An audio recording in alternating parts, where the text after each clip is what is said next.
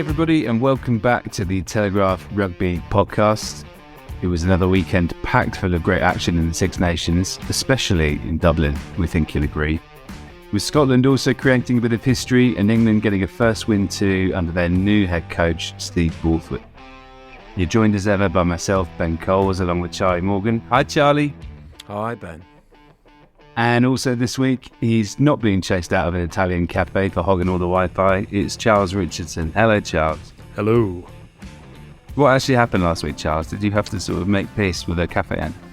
Yeah, so he'd sort of taken umbrage with the fact that I'd been sitting there in his cafe for 2 hours recording this podcast, and he came over towards the end of the recording and sort of started shouting and gesticulating at me in Italian. If you can gesticulate in Italian, I think you probably can. So I had to settle up the bill very quickly, or he wanted me to buy lots more stuff and get lost, really. Just making friends wherever you go. That's what we want to hear. That famous Rome hospitality. Relieved to see you, really. Yeah, made it. Yeah, made it back, yeah. Guys, can we kick off just by picking out some favourite moments of the weekend? I mean, there's plenty to choose from here, so I imagine we'll have a couple. Charles, why don't we start with you? What did you really enjoy? Damian Penaud's performance in the Aviva Stadium. I was obviously there, and it was a privilege to be there. It was a privilege to watch that match, that first half in particular, and obviously, you know, it's becoming almost cliche now to sort of eulogise about Antoine Dupont, but his hit that try-saving tackle. Honestly, I know it came across sensationally well on the television pictures because I've seen them too. But in the stadium, it was sensational. It was one of the greatest things I've seen on a rugby field in person. I would say it was. What was the crowd noise like? It almost went sort of a bit deathly silent. You know, that sort of weird sort of cathartic anticipation just before a goal scored in a screamer is scored in a football match, and then you get that crunch where the ball hits the back of the neck and the crowd erupt, the net and the crowd erupts. Well, it was similar to that, where there was just this silence, where everyone was sort of taking this breath in and no one could quite believe it because everyone just assumed that it was a foregone conclusion that Matt Hansen was going to score, me included. And for all of Dupont's qualities, which are numerous, you didn't think that he was going to be able to haul him back from there, and he did, and it was it was awesome.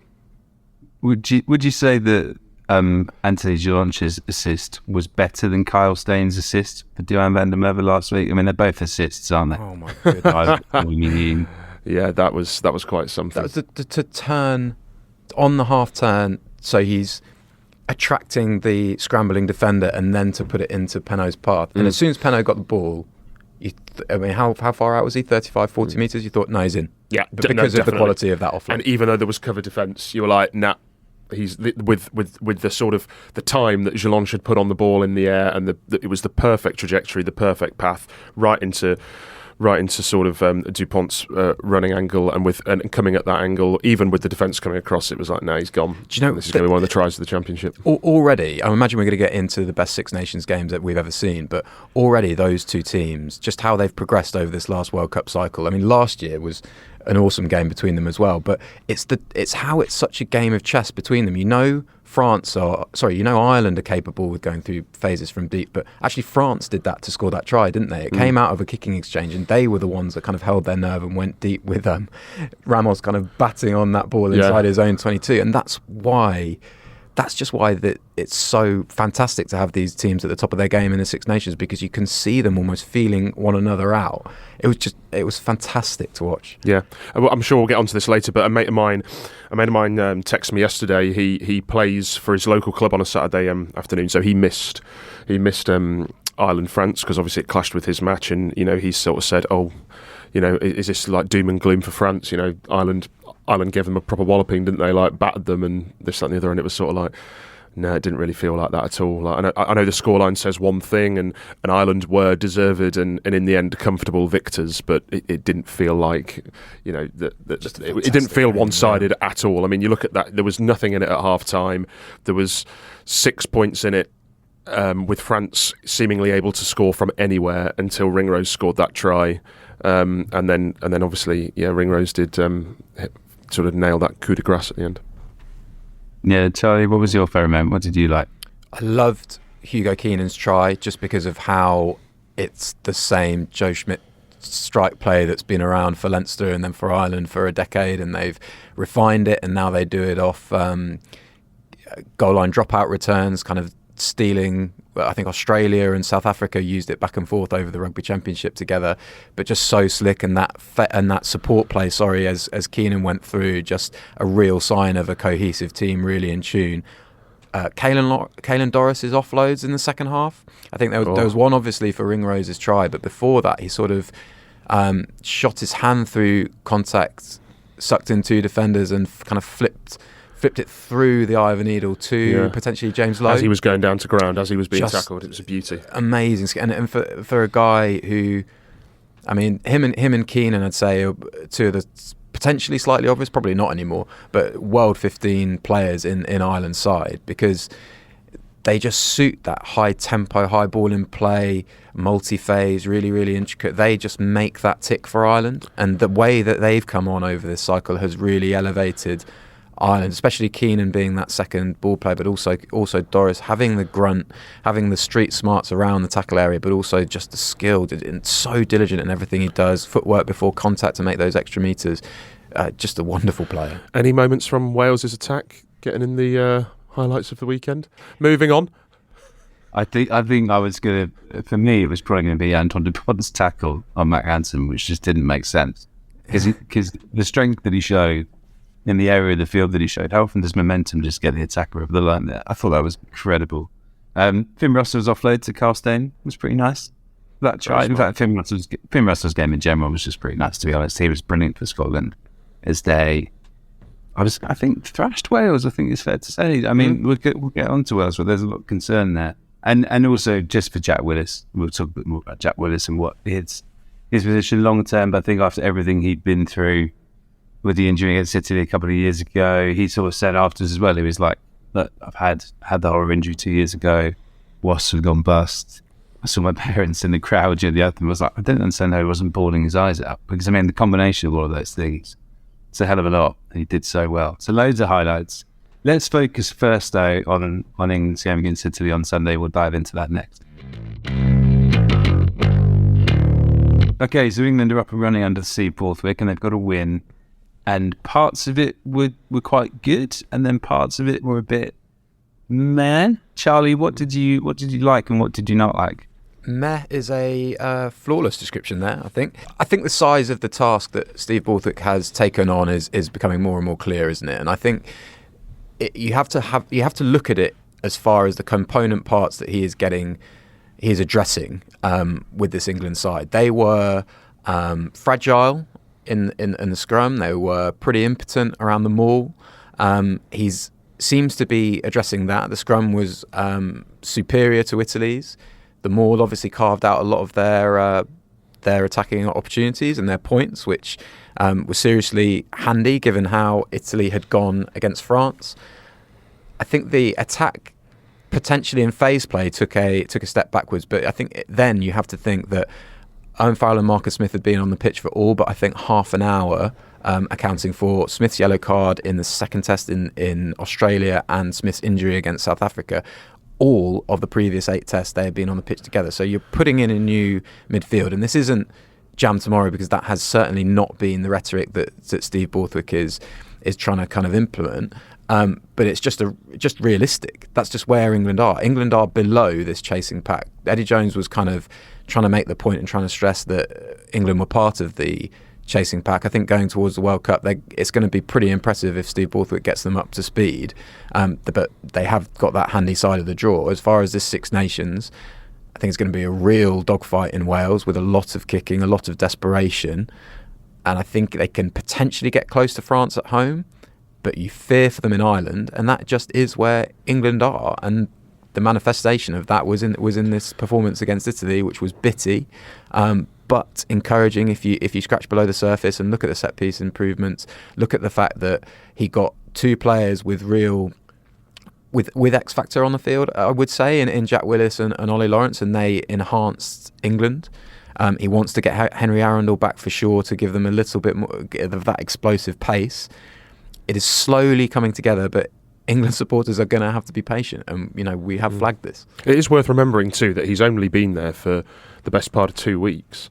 and there has been, even in that short period of time from one game to the next, tangible improvements. And I suppose there is any sort of betting man would fear for them in Dublin and on the last weekend of the Six Nations. But if they continue improving at this rate from 1 week to the second round, and if they continue that in Wales, they continue against France, there won't be any pushovers in Dublin in that final game. And that they'll go with a plan.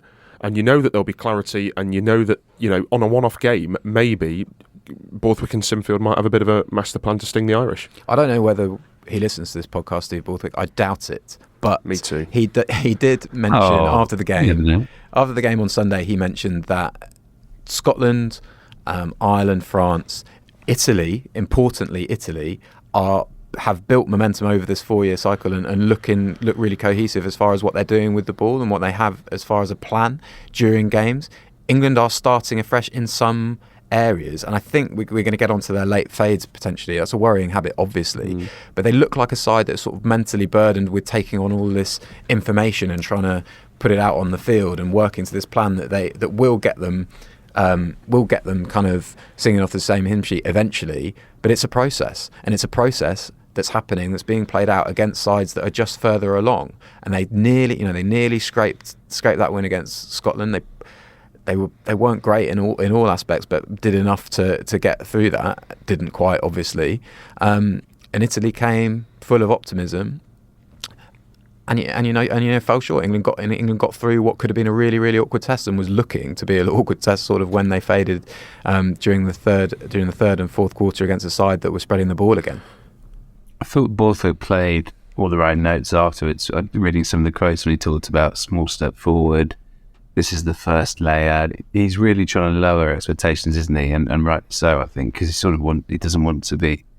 He's not coming out with sort of bombastic quotes about what is going to happen with this England side. If we just focus on one selection in particular with Ollie Lawrence at 12, he's not necessarily your classic inside centre, but obviously he can play 12, and he's got so much power, as we saw with that great line break where I think he steamrolled over Tommaso Allen, was it?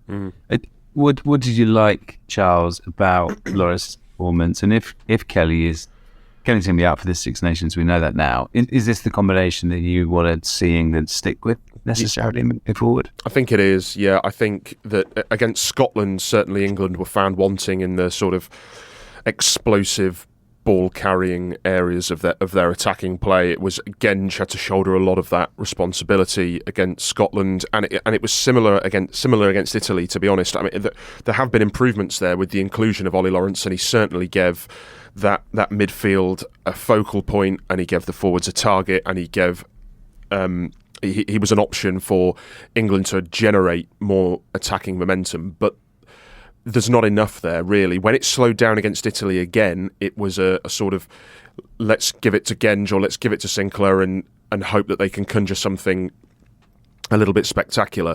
I do think that England are still one or two, probably one, to be honest, a real heavy-duty ball carrier short. I mean, it's very unfashionable opinion, but I will maintain that I still think there's a place in this side for Billy Vunipola. I really do.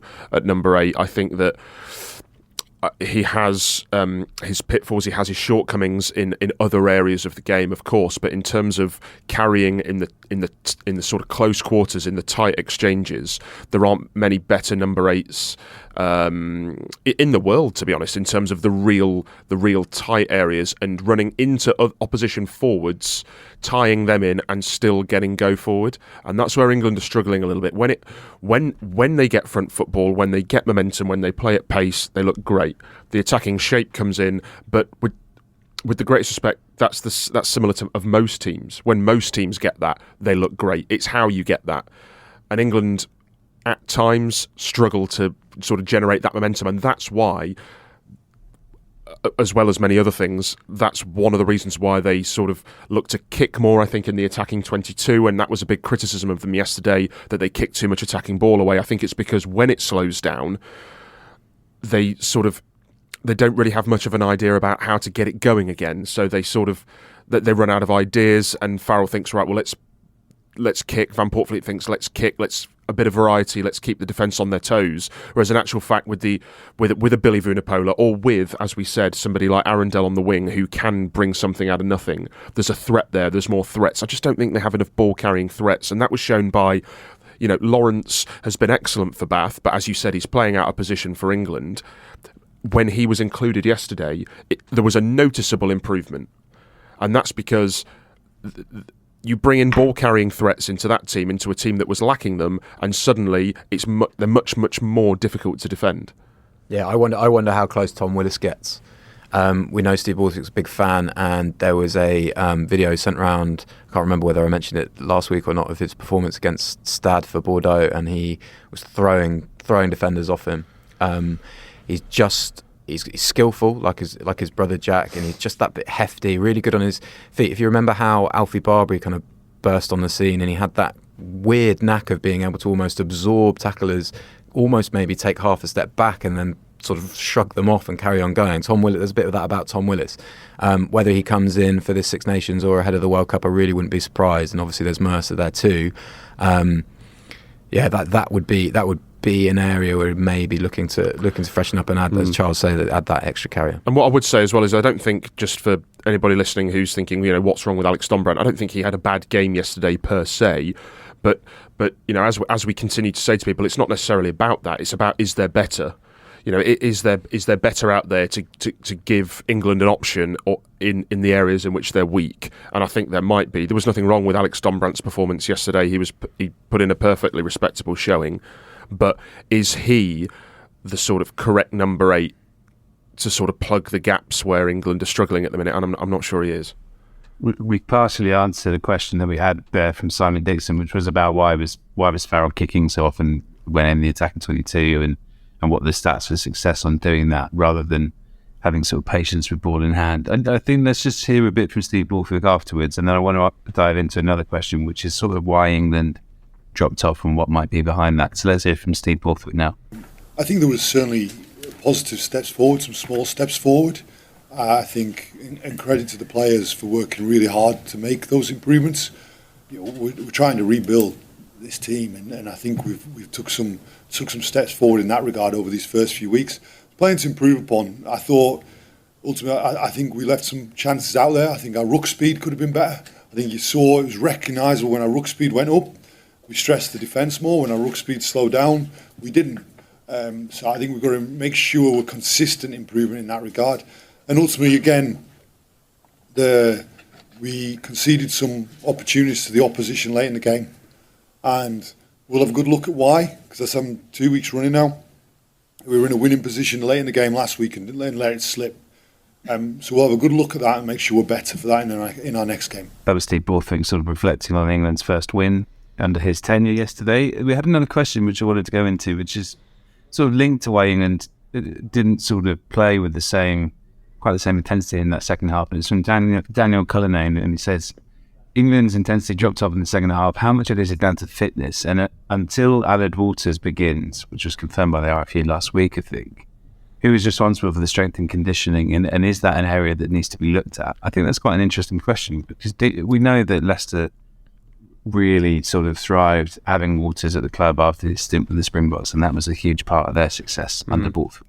Is there a link there, do you think? Yeah, certainly. I mean, so at the minute, just to answer that question quite matter-of-factly, John Clark was head of strength and conditioning, and then for whatever reason has departed when Steve Borthwick has come in. And now, as far as we understand it, I don't think there was an official announcement from the RFU, but I think as far as we understand it, it's now the remit of Tom Tombleson, who was John Clark's understudy before.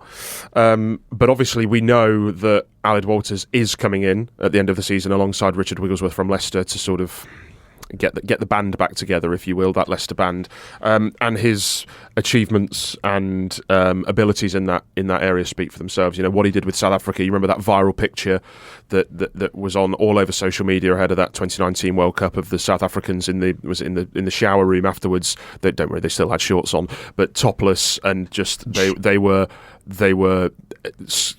Greek sculptures, Adonis galore, really. Every single one of them, from scrum halves, fly halves, fullback, front row, there was not an ounce of body fat on them. And we know full well that Leicester's fitness last season, their ability to close out tight games in the second half was excellent under this quartet.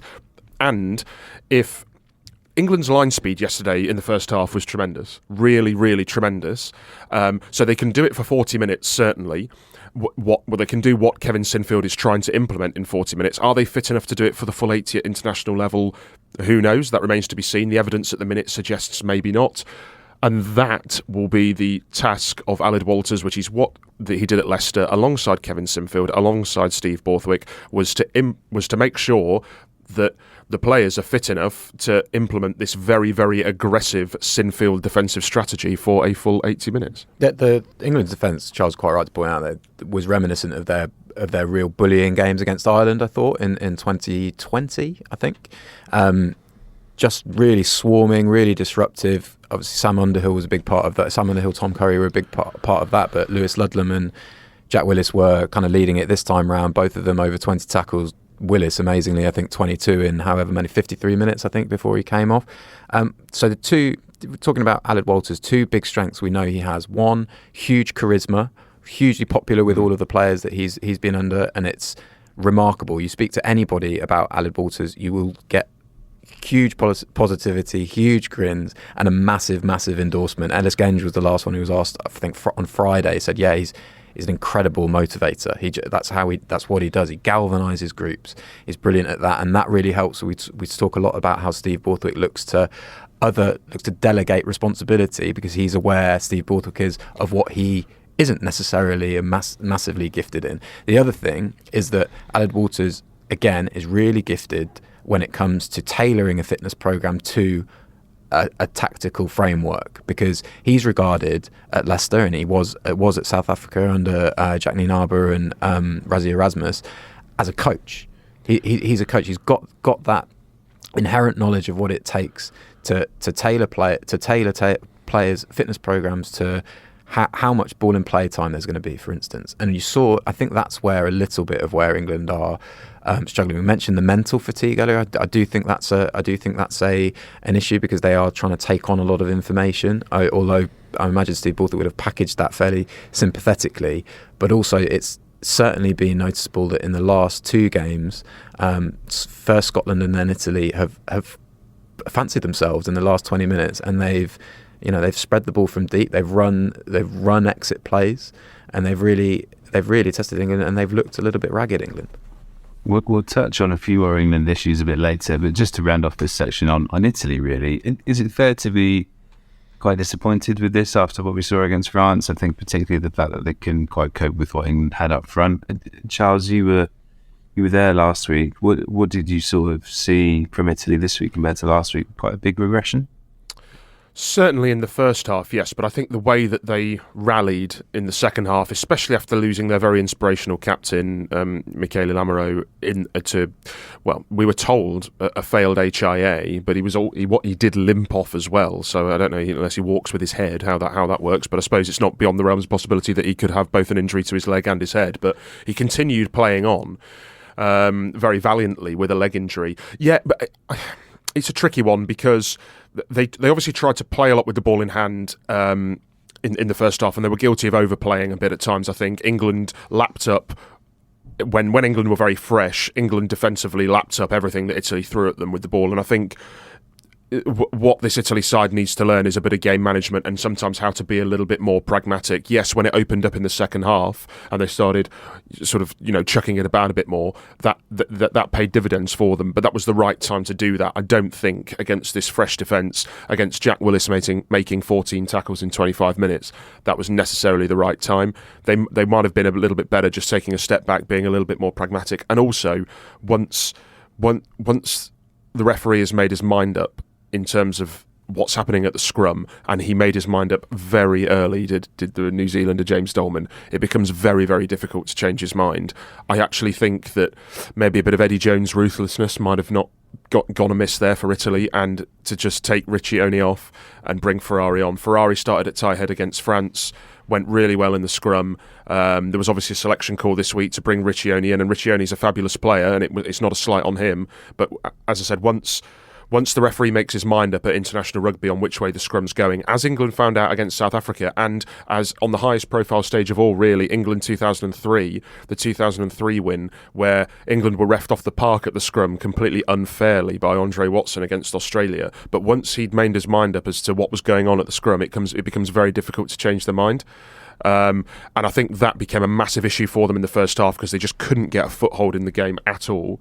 The scrum penalty was leading to a 5 metre line out, which was leading to pressure, more pressure. Then you got a yellow card. Then you're down to 14 men. You lose your captain, and suddenly at half time, it actually looked like they were good value at 19-0 down. It looked like they got away with one, only trailing by 19 points. So the way that they came back, and the way that at one point, we turned to each other and thought, Jesus, if they get the next score here at, 26-14, and at 26-14, I think it was Negri who burst up the middle, and then Capuozzo broke down the left, and it was like, Jesus, if they get the next score here, it's properly game on. And I think for them, after a really sloppy first half, I think they did continue on that upward curve from last week, where they are, the real deal is probably a little bit too far, but this is an Italian team that were not, a one-trick pony, a flash in the pan last weekend against France. Capuozzo didn't disappoint. He was fantastic to watch. Yeah. Just a real, actually kind of a little bit reminiscent of what Keenan does for Ireland, as far as being that second playmaker and just buzzing around in a second and third layer and then just darting in and stinging. He got an inside offload, I think. And really tested England. I think he beat 14 defenders, which is pretty remarkable. England have kind of got this habit, haven't they? It reminded me a little bit of the Japan match in November, when a side overplays a little bit and potentially haven't got those explosive carriers. They can run into cul-de-sacs a lot against England. But no, it was enjoyable watching them for sure. They certainly could give it a crack and did do right until the end. That's a really good review of that. Let's chat about the other games next, and I think let's go over to Dublin for probably the best 40 minutes of Six Nations rugby ever, maybe. We'll have a chat about it next. Okay, the weekend kicked off with an absolute belter with Ireland against France. So much to enjoy. It was a phenomenal game. We're going to be joined by former Ireland international Alan Quinlan to get his take on what Saturday's result means for Ireland's title hopes and also beyond, really, ahead of a tournament that's happening in France later this year called the Rugby World Cup, which might suddenly have taken on a new look after that result. Just in terms of our interpretations of it, I think it's worth asking, is that 40 minutes of the first half, and in fact the game as a whole, is it the best Six Nations game that you've ever seen just for quality between two teams? Charlie, why don't I go to you first on that? Yes, I think for chaos, there have been more chaotic ones. I think in England, France in 2015, that felt mad. But for sheer, everything that was happening was not only sort of very entertaining. There were just moments of brilliance from both sides. Defensively, Cyril Bide, how many times was he involved in holding up? Twice. Twice. Just incredible mobility and strength from him. We've spoken about the Dupont try saver. Sean Edwards would have been fizzing, I imagine, with the dummy loop play that Ireland went through on. But I mean, I don't think he could really fault the commitment, defensive commitment from France. So yeah, short answer, absolutely. I'd agree. I think to be honest, I think I'd broaden it. Actually, I think the first half was probably the best first half, but the best 40 minutes of rugby I've ever seen. I think. In terms of quality and sustained quality, and just for actually.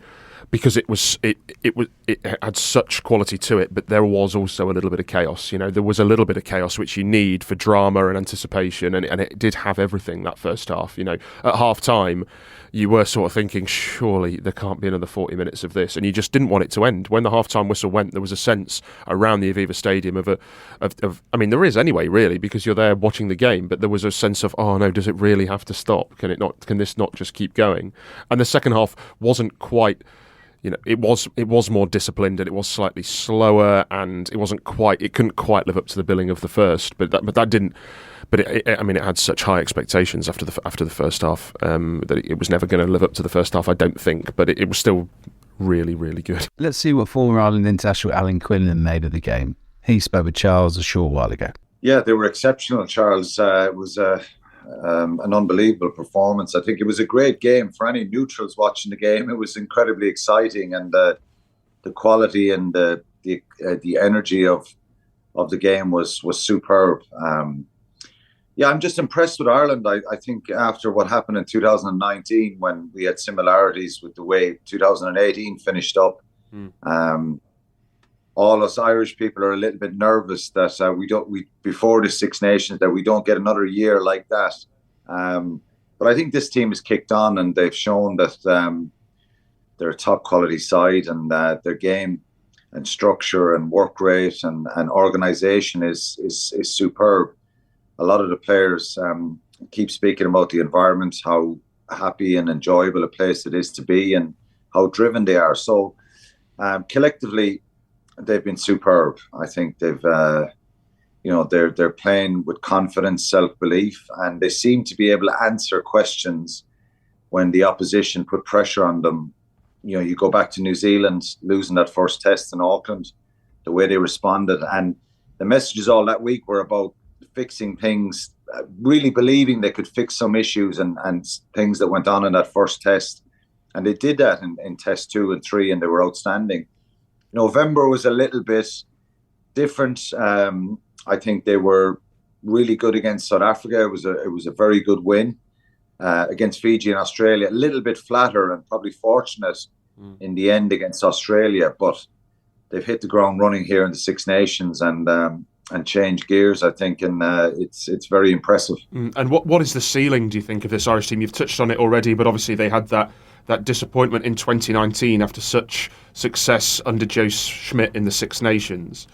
Do you think this is the year where they can finally break that sort of quarter-final hoodoo that's been bugging them at a World Cup level? No matter what happens, Charles, in the Six Nations, even if they go on and win the championship or win a Grand Slam, it doesn't matter what happens. I think it's still going to come down to very small margins at the World Cup, and Ireland haven't got past the quarter-final, and it's a bit of a stick that keeps getting used to beat the Irish rugby team when they get to that situation. So obviously, if you had a choice as a coach or a player or a fan, you'd want your team winning and going into a World Cup with really good form. I think the world is taking notice of them. Every international team now. Sometimes you get people who are being diplomatic and giving compliments, and you're not really sure if they really mean them. But there's a lot of people now who are saying things about Ireland that are very complimentary, and it's true and they deserve it because of the way they're playing and the way they have played. But ultimately, it's going to be very small margins. Scotland are going well. They're in the group. South Africa. So only 2 of those are going to come out of the group: South Africa, Ireland, Scotland. So one thing that the Irish rugby team, and particularly Andy Farrell, won't do is get ahead of themselves, because he was there in 2019. Some of the players were, and they're very cautious and aware of how quickly things can change. But at the moment, they've got to enjoy it and really believe that they're on the right track. I think they're better equipped this time because they have more of an attacking threat to their game. On Saturday, they showed that they can play a kicking game as well if needs be. So I think they're better equipped going when the World Cup comes. No matter what happens, even in the next 3 Six Nations games, I think they can take a lot out of the way they're playing and the confidence. But ultimately, if they come out of the group, they're going to be playing France or New Zealand, and that's a toss of a coin on the day, because I think both France will get stronger. They'll learn from what happened at the weekend. They have incredible players, and New Zealand always get it right or nearly get it right in the World Cup. So it's a big challenge either way. I mean, you touched on it there, but I mean, it's not inconceivable, is it, that Ireland don't even get out of the group? I mean, it's unlikely at this stage, you'd say, but certainly it's defeating both Scotland and South Africa is not a foregone conclusion, is it? No, it's not, and it never is. Even if their form is really good, they've got to go to Murrayfield in a few weeks, and that's an incredibly tough challenge for them. So the good thing is their feet will be firmly on the ground, Charles, and I think that's important. But when you're winning and you're having success, you've got to enjoy it as well and embrace it and build on it. There's only one way down when you're on the top, and that's it's so difficult to maintain that. And that is the challenge for them now between here and the World Cup, is maintaining a good balance in their mentality, their performances, but also even still bringing some more players through. Andy Farrell has capped 30 players since he's taken over from Joe Schmidt, which is a big number. New caps. He's played 66 or 67 players. So the timing and the preparation and the plan for this World Cup cycle has been very good. I think the biggest thing to come out of the weekend is, and the biggest winner is Ross Byrne coming off the bench, because everybody speaks about Johnny Sexton and how good he's been and how good he is for this team and a great leader. But, he went off the field in 49 minutes and Ross Byrne looked really comfortable and looked like, he can do a very good job there as well. So plus, there's no Tyke Furlong, Dan Sheehan, Gibson Park, Robbie Henshaw. So he's loving the fact that they're being stressed and tested. I know France are missing a few players as well. And ultimately, it could come down to that, a few players missing, and these experiences will hopefully be beneficial for Ireland. But no matter what happens, that group is a nightmare group, really, isn't it? Yeah. And you've touched on it already, the trip to Edinburgh in just under a fortnight's time. Can you remember a sort of more hotly anticipated match between Ireland and Scotland, and one that has the potential to be sort of such high quality with what we've seen from both those two teams in the first two rounds of the Six Nations so far? Yeah, well, they've got Italy next, which is the next game, and then after that it's the Scottish game. So they'll certainly not underestimate Italy, because we saw what they did against France in round one. But yeah, it is going to be eagerly anticipated. You assume that Ireland will win the game in Italy. Yeah. And I think Andy Farrell is going to pick a strong team. Historically, you have 7 or 8, 10 changes in that game sometimes. But I think he's going to really respect the Italians, make minimal changes. Just some guys chomping at the bit that feel they should be in the team, maybe need game time. Robbie Henshaw could come back in the mix. Furlong, Gibson Park, Henshaw, these guys could come back in the mix. Dan Sheehan as well. But that game in Murrayfield it's just getting bigger and bigger, isn't it? And it's always a tough game, and there's always a little bit of niggle in those fixtures, because Scotland will really fancy their chances as well, and it's a home game. And the biggest issue with Scotland in the last number of years is inconsistency. They're capable of big performances. It's the first time since the mid-90s that they've won the back-to-back for their first two home Six Nations games, or first put two Six Nations games together in the first round and round two. So they're a very capable side, and if Gregor Townsend and Scotland were to beat Ireland, well, they elevate themselves so much further up from that sort of a result or possible performance as well. So, yeah, it's going to be a cracker of a game, and one that everyone will be really looking forward to. And as a former Irish back row forward yourself, just how impressed have you been by the form of Caelan Doris at number 8, who put in another marvellous showing on Saturday in that France win? It's no surprise to me. I think this guy's been so good for the last 12 months. I think, and even his response, I think I mentioned the first test in Auckland. He had a relatively quiet game in that test match, but in test 2 and 3, just exceptional. I think he's just world class now at this stage. I think he's so good when he's attacking, his footwork, his skills. And at the breakdown, he turns ball over and makes huge number of tackles as well. He's a real modern day number 8, and I think it's fair to say that he is world class now and playing exceptionally well. Something you didn't speak to Alan about, Charles, was the James Lowe try. Some of the pictures coming out after the match suggest it probably should not have stood. What did you make of it? I think the fundamental flaw with it all was that it was given as an on-field try, to start off with by the touch judge and referee Wayne Barnes. I think that was the initial error that sort of set the ball in motion.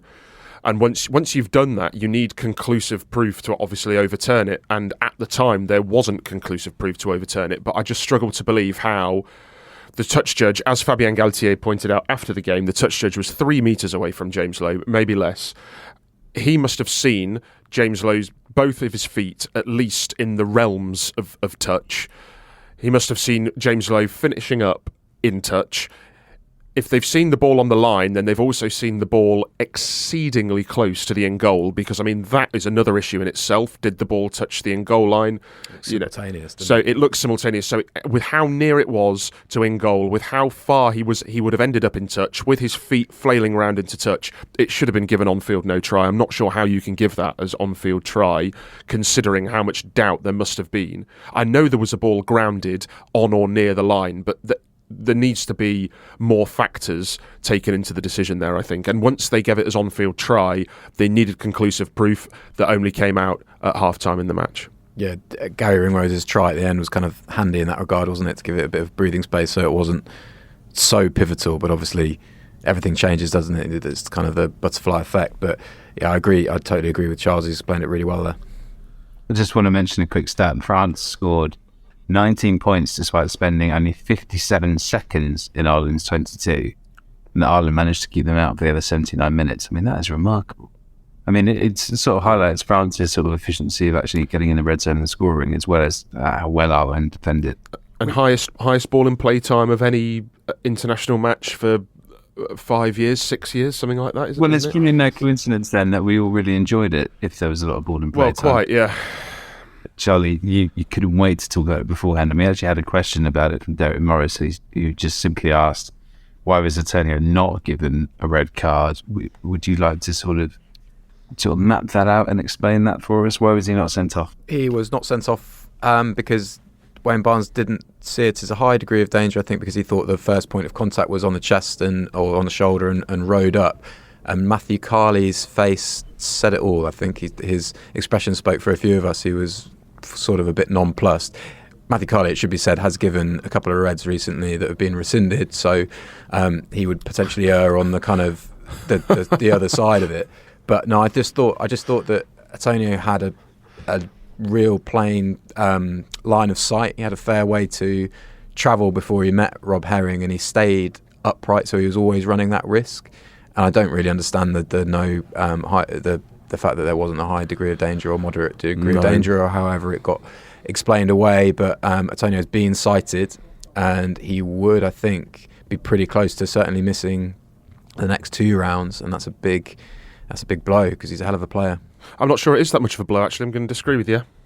You ready? Go ahead. You ready? That's fine. Falatea came off the bench and was an absolute firecracker for France on Saturday, and I didn't actually think that Antonio was particularly good in terms of the rest of the game. I thought that was the tackle aside, I don't think he does enough. He offers enough for a man of his size.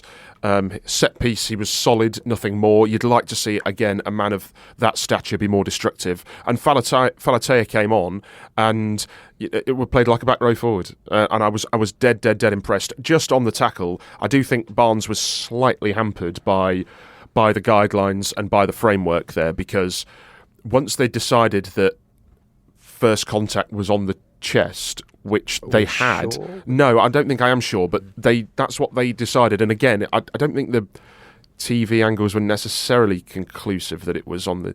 I'm not saying he didn't make contact with the head, but I thought first contact was the chest. And then as soon as they've decided that is therefore, regardless of the fact that Antonio follows through with an absolutely gigantic hit and clobbers Herring in the head and forces him off for an HIA, once they've decided that initial contact is on the chest, I think it makes it very difficult to give a red card. In fact, I don't think you can unless it's in the neck area, because I think once it's chest first... Or it's illegal for another reason. Or it's illegal. And I mean, that arm was suspiciously tucked from Antonio. I think there was a wrap, and there certainly was a wrap on the other side. So it was a very dubious tackle, but I think in terms of the way that Barnes explained it, he came to the right decision, but I just don't necessarily think the framework allowed for I don't think the framework's correct if that tackle is a yellow card, is what I would say. If World Rugby come out and say that Wayne Barnes was correct to give a yellow card for that, then I don't think the framework works, because you're right. How can you possibly say that car crash of a tackle where the player has failed an HIA is a low degree of danger, with Weenie Antonio is one of... Well, no, he is probably the biggest bloke in the Six Nations. Yeah, the biggest Tier 1 rugby player in the traditional Tier 1 nations. I mean, I can't think of many bigger. And he has come in and absolutely marmalised Herring there. Yes, he caught him on the chest first, and if that's what meant that it was a yellow, not red, then fair enough. But you can't sit there in good faith and say that just because he's caught him on the chest and then gone to the head, that it's not a high degree of danger. Just another quite interesting point about France and referees. They got whistled off the park, didn't they, in Rome?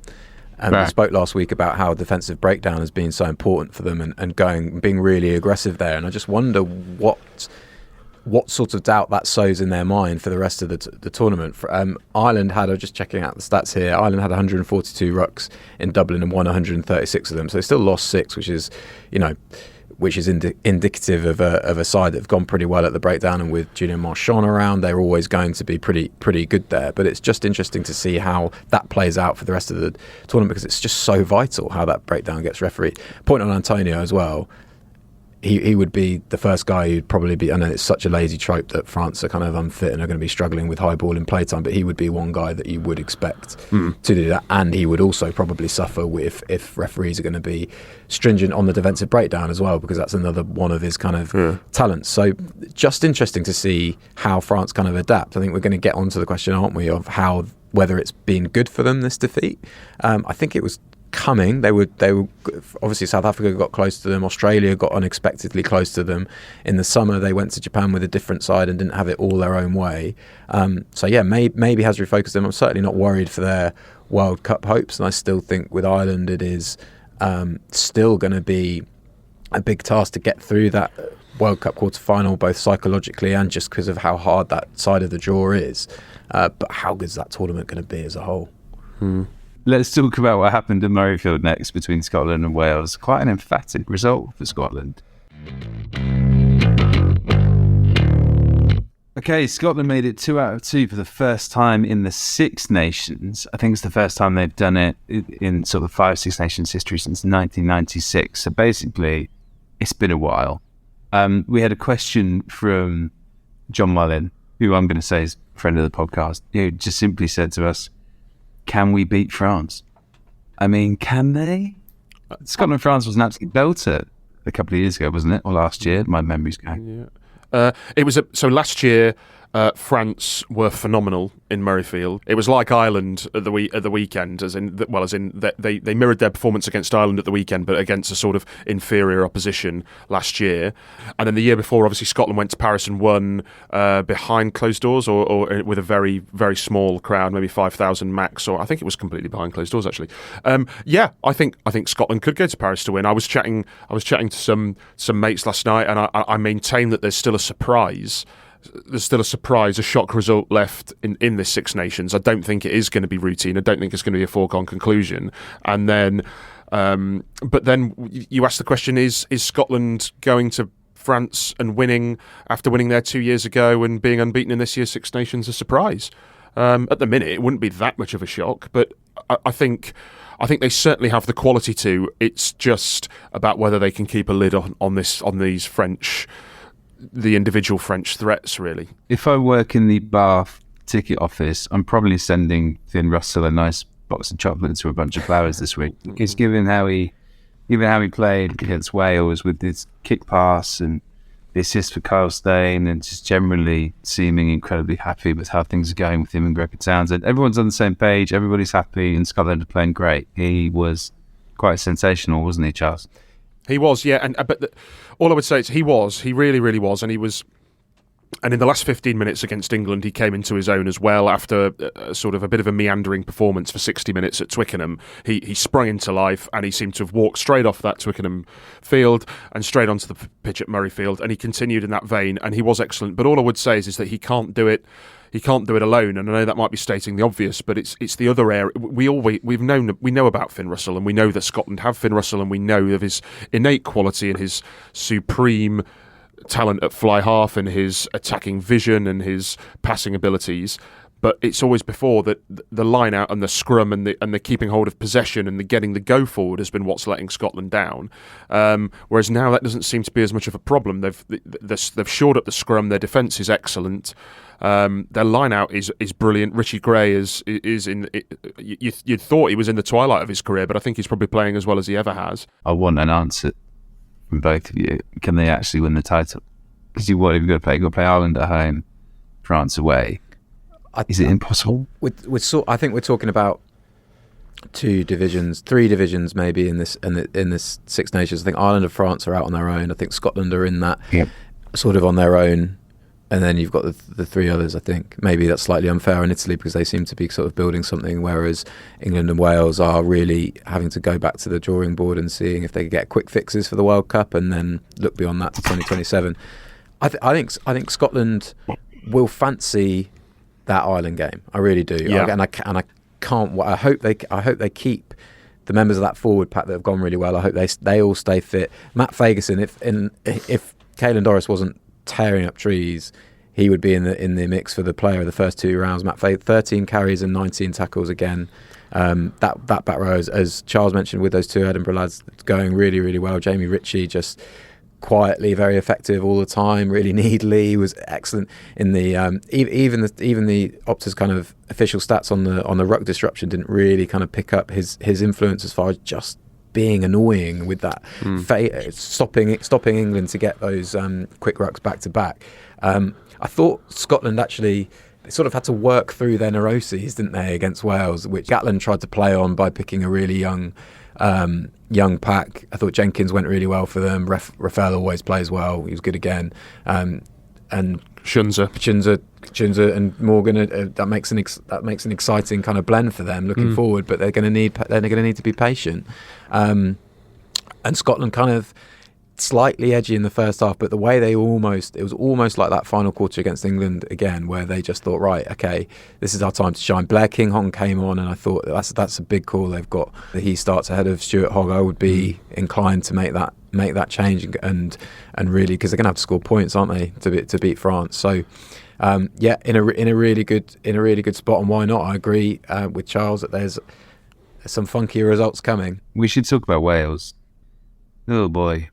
I think I liked what they tried to do in terms of giving David Jenkins a run, bringing Chris Chinzer at 6. The Rafael and Morgan Chinzer back row was quite interesting. Discipline-wise, they just completely lost their heads, didn't they? I think Gatland said afterwards they considered 19 penalties, and 19 penalties is going to get you nowhere at test level. It's slightly concerning, even though David Jenkins looked quite good.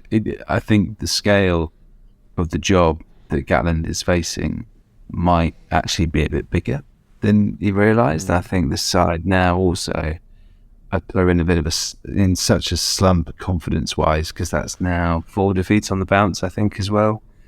A lot of alarm bells here, and not a lot of time to turn it around ahead of England coming to town in a couple of weeks' time. Do we sort of think, Charlie, I'll come to you first. What do you think of what Wales are at?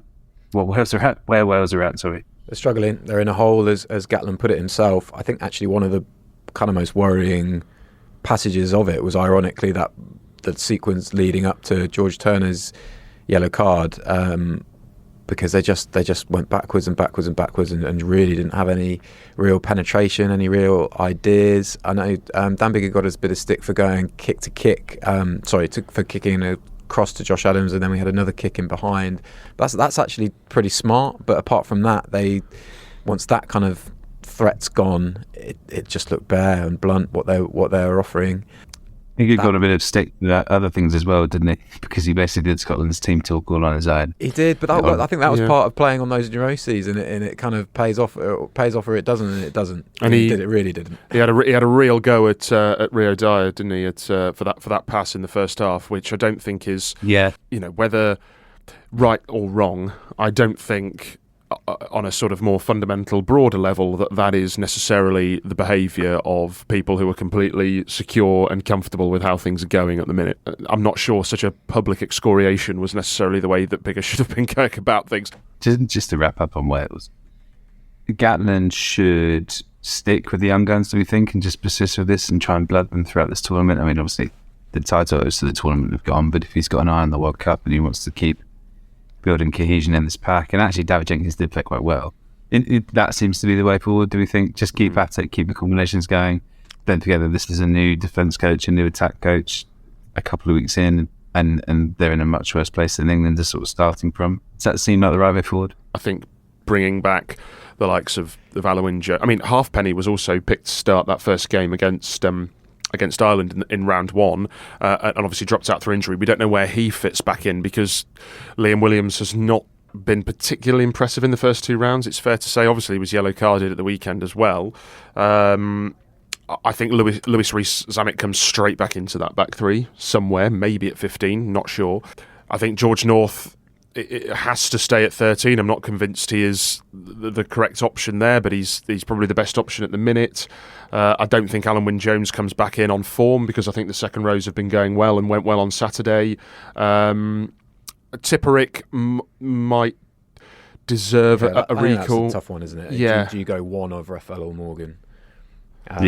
Because he's been very good for the Ospreys. I know he wasn't good against Ireland, but Tipperick has been excellent against the for the Ospreys.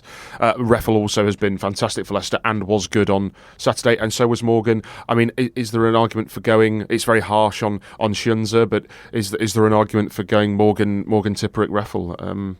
I'm not sure. It does leave you a little bit lightweight, but also it can't be any worse than what the current situation, can it? The Gatland plan, and it won't change, I imagine, with Steve Borthwick back in charge of England, has been obviously to starve England of lineouts, and so that, I don't know, that certainly plays into how you configure your back row, doesn't it? Although Justin Tipperick, one reason that he's so easy to balance the back row is his line-out skills. Selection's just such an interesting side of it, and it does feel like stick or twist for Gatland having opted the way he did for the Scotland game. Yeah, it certainly does. Lots of questions for Gatland and a few questions for us after a quick break. That's a professional segue there. As we just answer a few more of your readers' questions to round off the episode, so we'll be back in a bit.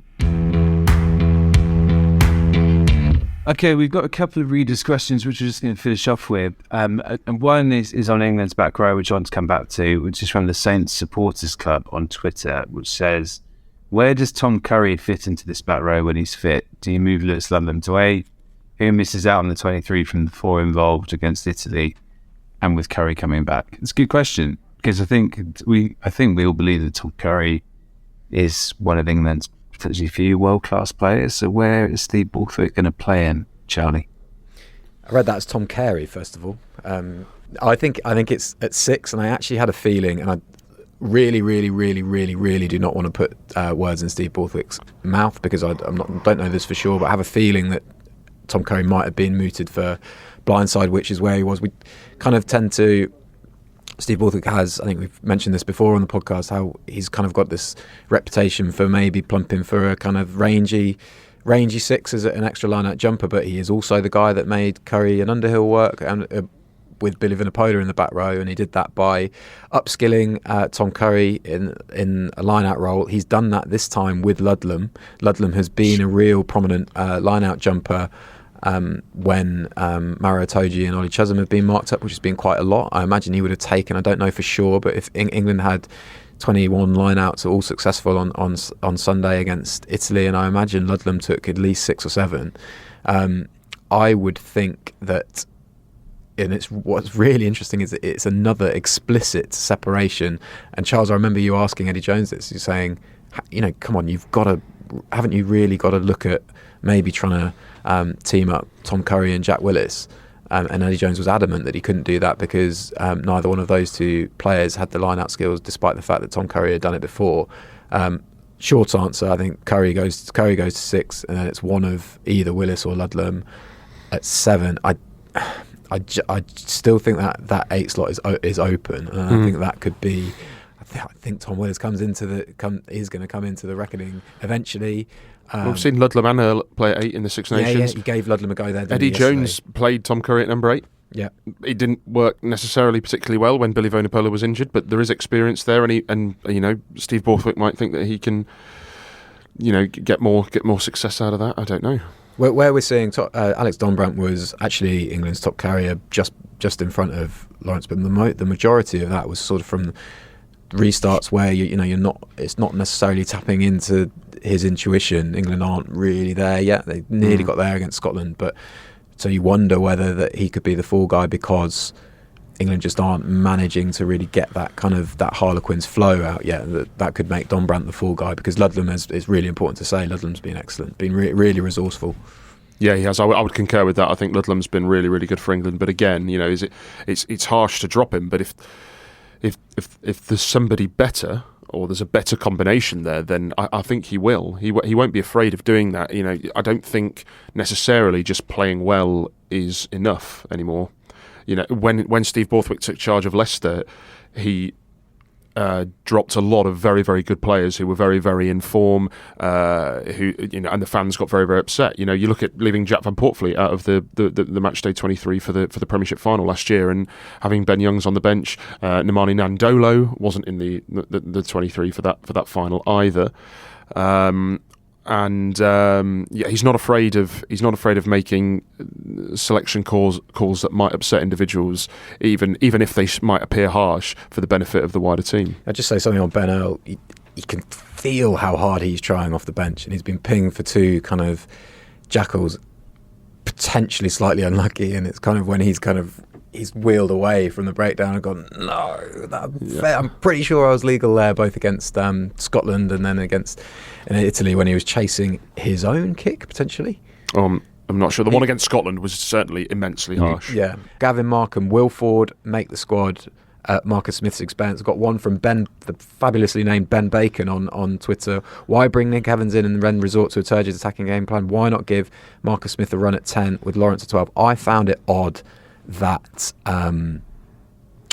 that Farrell came on at 12 and they didn't give. Maybe it's because it was slightly in the balance and it was kind of to applaud how Italy had gone and stayed in the game. But why Farrell shifted to 12 as opposed to giving Marcus Smith those tools, that Lawrence Slade combination? I hope that he gets that chance because, to go back to Gavin's point, George Ford will come back for sure. Playing devil's advocate, Marcus Smith has won a lot of his caps for England without Owen Farrell, is all I would say. And while I agree, and it hasn't been under this coaching team and under this strategy, Marcus Smith has had plenty of occasions to grasp hold of that fly half jersey and make it his own without Owen Farrell, when Farrell's been either injured or suspended, and he hasn't quite done that yet.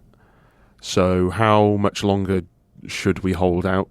I mean, I agree broadly, because obviously this is a new coaching staff and he's now got his attack coach with Harlequins, Nick Evans, working with him.